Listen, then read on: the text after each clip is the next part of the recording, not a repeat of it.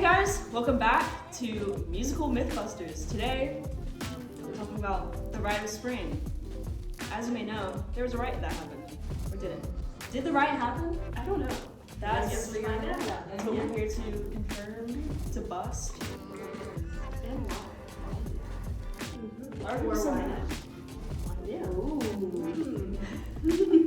My name is Adelaide. Oh, I'm Kathy. I'm Lauren. And I'm Mimi. And we will be your hosts for today. Let's take it back to like when he was born. Dude, let's take it way back. The Rite of Spring is probably Stravinsky's weirdest work, or most notable piece of work. Would y'all agree? Yes. Yeah, I would say so. It's up there. Yeah, which is partially why there's a riot, because people were just not used to that. It was so weird. But going back to Stravinsky's roots, he grew up in a very musically inclined family.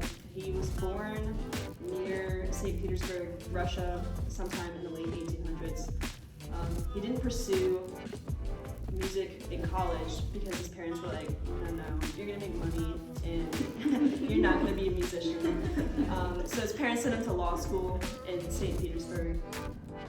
And ultimately, he ended up taking lessons from Nikolai Rimsky-Korsakov because Stravinsky ran into one of his sons and was like, hey, aren't you the son of Rimsky-Korsakov? And he was like, yeah, I am.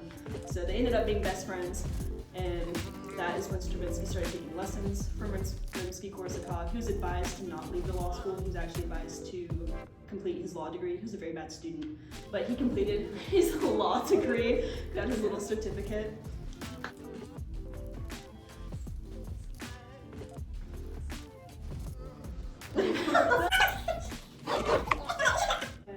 But it was funny you talk about familiarity, because a lot of the techniques that Stravinsky used when composing Rite of Spring were, I guess, not familiar for the time. Like, he used the octatonic scale, the diatonic scale, the whole note scale, and like modal stuff with the Dorian mode.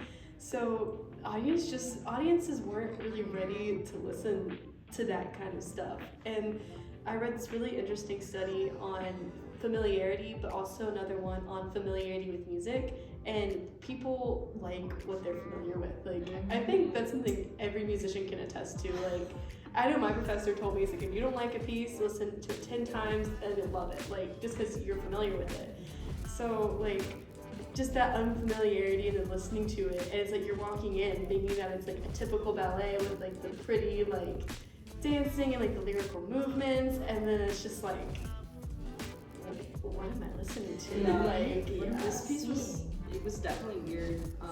So Stravinsky was commissioned by this really cool dude named Sergei Diaghilev. Forgive me for mispronouncing that. Big Russian guy. He owned this ballet, and the ballet Russes. And Stravinsky had previously written pieces for this guy before, written The Firebird, written a few other things. So like, this next work was super anticipated and was supposed to be like really big for everyone involved. And Stravinsky was inspired by this town that he and his family used to visit when he was a child. What's it called? Inspired by this town that they used to visit in the summer called Ustila, which was a really remote place in Russia, like very folky, very rural. So Stravinsky used to witness these like old Russian rituals, and he was inspired by that to create the Rite of Spring. So in the Rite of Spring, you hear a lot of folk, you hear a lot of like, I guess I want to say primitive type rhythms, and that's what Stravinsky really aimed to do. He aimed to capture these really primitive rituals in his music, and I think he succeeded. So going into the riot, it was super anticipated, and people were waiting for Stravinsky's next great work, were waiting for this next great ballet, and they get there, and they hear this opening bassoon solo, and they're like, what's this? Yeah. I've heard that it was described as almost strangled in a couple different articles, and I thought that was kind of hilarious. But yeah, they didn't know what instrument it was because it was so high and strange. And so immediately, like right off the bat, they were all kind of sitting there and they were like, so it was already a little bit tense right off the bat, and it all went out. Yeah, and this was before the dancers even got on. Yeah, before the curtain even opened, they're already like. Which, this is a main point that most people say that the riot was just because of the dancing and the choreography, which I will say it was a major point of dissonance. And you have to have the choreography plus the music to really get what was going on there. But Stravinsky actually had a huge part in the choreography. And he was like writing notes about what he wanted the movements to be throughout this whole composition process, which lasted months. I think he was writing it before he even got commissioned. Yes, yeah. Yeah, which is so interesting. But all throughout his composition process,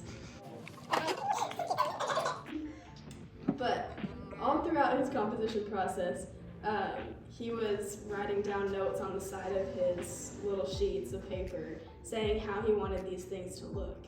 And so then he went up to his friend Nijinsky, Václav Nijinsky, who was the choreographer, and he was a really famous guy, especially for his solo works. He was really expressive and people loved his like graceful leaps and everything, which you wouldn't know watching how he choreographed the Rite of Spring, because it's completely the opposite. But I think that Stravinsky was looking for that natural talent in expression and that ability to really listen to the music, figure out what the theme is, what the affect is, and then put that into movements, which were just so strange and so like literally backwards is how it's described in a lot of these articles, because they were completely the opposite. Most ballet is like outward like this, beautiful leaps, and in the Rite of Spring they were hopping up and down, really short vertical hops. I read like hunchback. Yeah, hunchbacks. They're literally like heads down, faces covered, really baggy costuming, and so everything was just backwards from what people were expecting. Like you guys said, when they went to a ballet that was supposed to be like the Russian ballet. Yeah, and like everything else at the time was like very like predictable, and like the ballet especially, like you went and you knew what you were gonna see. You were gonna see long lines, like being graceful, you know, like pretty like intentional music that like goes with the dance. And again, Rite of Spring also goes with the dance, but not in the same way. Not in the same way. But yeah, that's what they were expecting, and that's not what they got.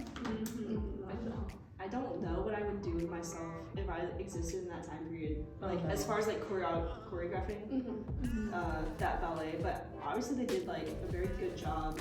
Like it works for what the music is, and the music matches the choreography, and I love how intertwined it is. It really gives the unsettling vibe of like this virgin being sacrificed. Whoa. Like that's already so new to the audience at that time. Like that is already so beyond like what they're used to seeing, and so I love how intense it is. I love the Rite of Spring, but I'm sure it was very incredibly off-putting to the audience at that time.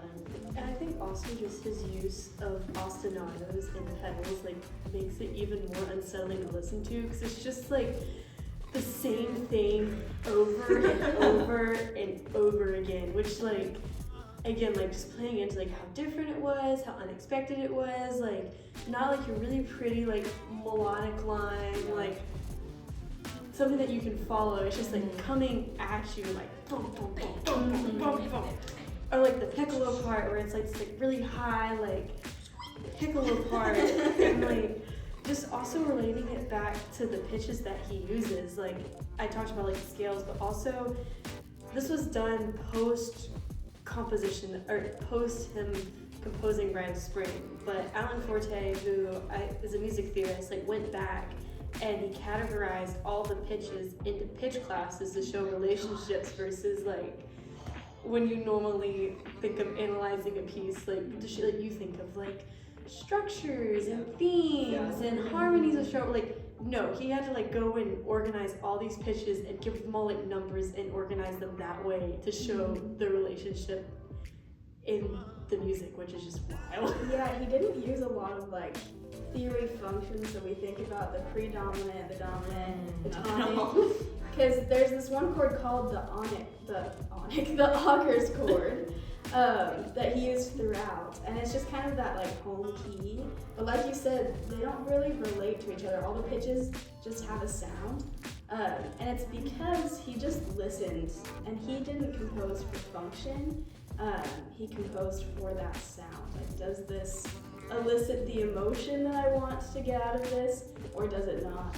And that just shows how much intention he had too. Like, he didn't just throw some chords on the page. He was listening for that. And you can also, I think when we think of music or like analysis, you think of music theory, but another route that you can actually look at is more of like a neuroscience route, like talking about emotions. Like, I think it'd be really interesting to see, I mean, this is after the fact, but just like the initial listeners, like what parts of their brains were active, like, because like you have like the aggression, like the amygdala. Like that's like where like aggression is processed in the brain, or like the reward processes, or like where your emotions are processed, like in your insula, like what was active like in their brain, and like how did that kind of play into like how they reacted, like how does that factor in? Or like even like the unexpected, like obviously we talked about, they went in expecting one thing and then they get noise and what is going on stage? I've never seen this before, and like this isn't supposed to sound like this. I was expecting this. So personally, I would also kind of be like, what am I, because It's relating back to like familiar music, like yeah. what you're like, you're not familiar with this. Like it's this whole new thing on stage, and just like I don't know how to process this because like all your brain knows is pretty melodic lines. Yeah. I bet that put them in like fight or flight. Like, Yes. that's probably why part of it, like part of the riot was, yes, like they were already agitated at the beginning, but as like music progressed, as the movements progressed, as they both kind of mixed together, everyone got really mad, and we're like throwing vegetables, which I want to know where they got the vegetables from. I don't know why you'd bring vegetables, but that's okay. Well, that's why we can't have food and drink in No more of that. They threw vegetables, they threw furniture. Like I read, the police were called for this ballet. Over 40 people were arrested, just because they were so mad about what's happening. So I definitely think it's part of that. Yeah. I did not think it was so serious. Like, what is it that deep? Yeah. Apparently. They were mad. Yeah. But honestly, like thinking back to the folk music stuff, this was at this time of nationalism, and Russia was starting to unify as a country. I mean, the Rite of Spring, it was premiered in Paris.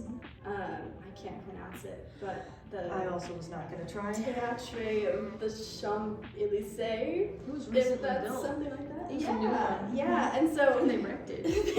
oh, yikes! All that hard work. I know. For what? But this is kind of like an opportunity for the Russian culture to be put on stage and to be like celebrated and seen as beautiful. And then they took all these folk things and they kind of like twisted them, or contorted them, and maybe they were these like pagan rituals straight from what Stravinsky had seen. Yeah. But it kind of seems to me from the research that I've been doing that they added some elements from those folk things, melodies, movements, and then they just like turned it upside down. Because all of the folk dances that I were watching, they were moving in circles in big groups, and they were like out and open. And they would like jump, but it was graceful and like, you know, beautiful, traditionally beautiful, and then the Rite of Spring just took that and turned it all upside down. Completely exaggerated. I mean, they got the reaction they wanted from the audience, which was not necessarily a riot, but they created the atmosphere that they wanted. Unsettling scenario, unsettling feelings. Yeah. They had to go big. Yeah.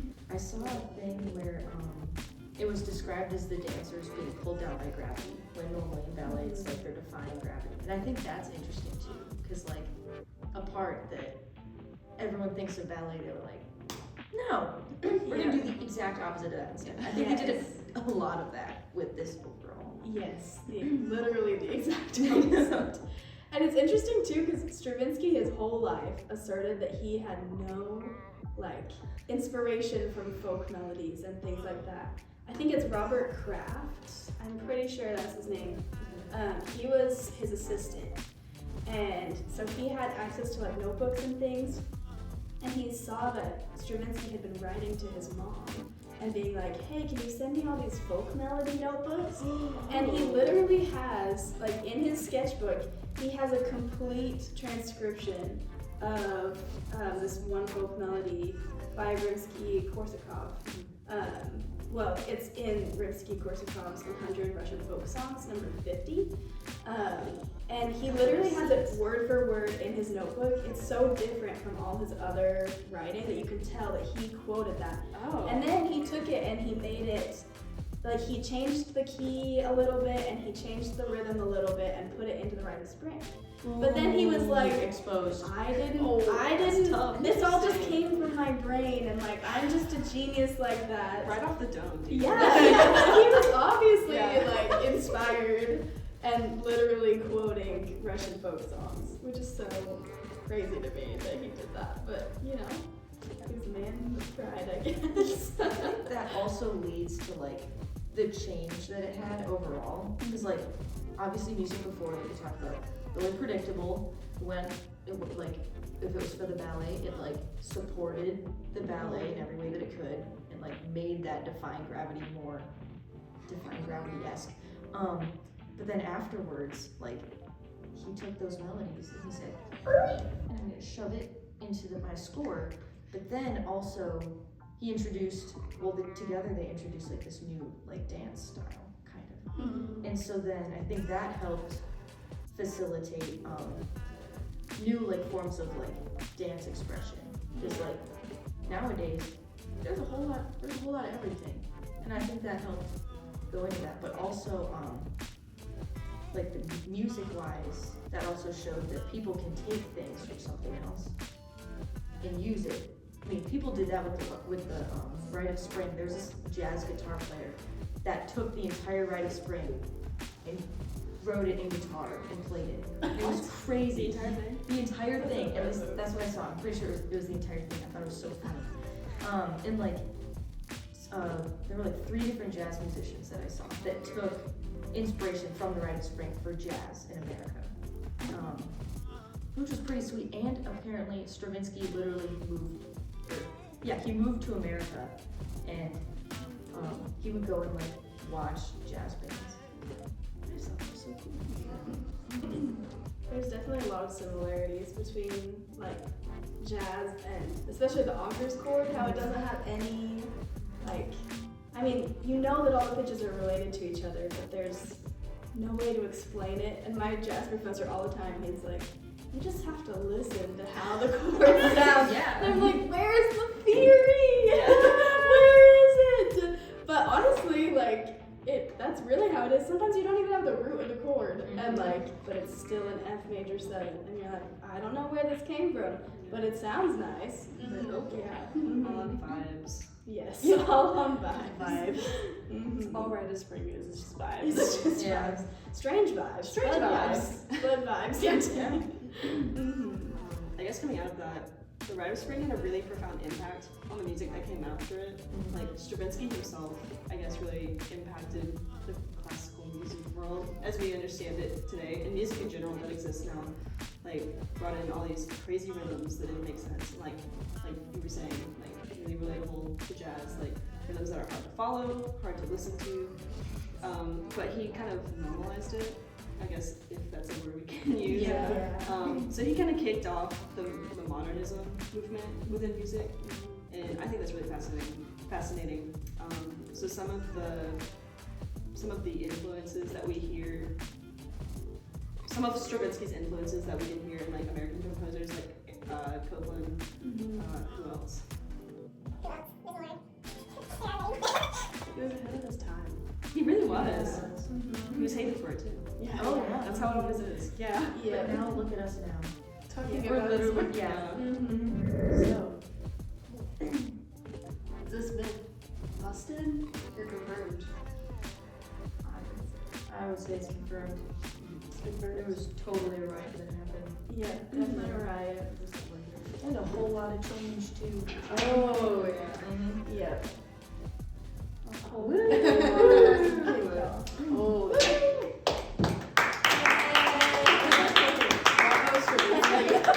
Bravo. And there you have it, folks. This myth was confirmed. See you next week. Goodbye. Did you know that during the riot at the Rite of Spring, at one point, both the choreographer Nijinsky and the composer Stravinsky ran backstage and they were hiding there away from the entire audience who were yelling and screaming, so much so that the dancers couldn't hear the orchestra. So Stravinsky was holding the back of Nijinsky's jacket. He was leaning out, screaming the counts of the dancers so they could still hear and be all together when they were performing.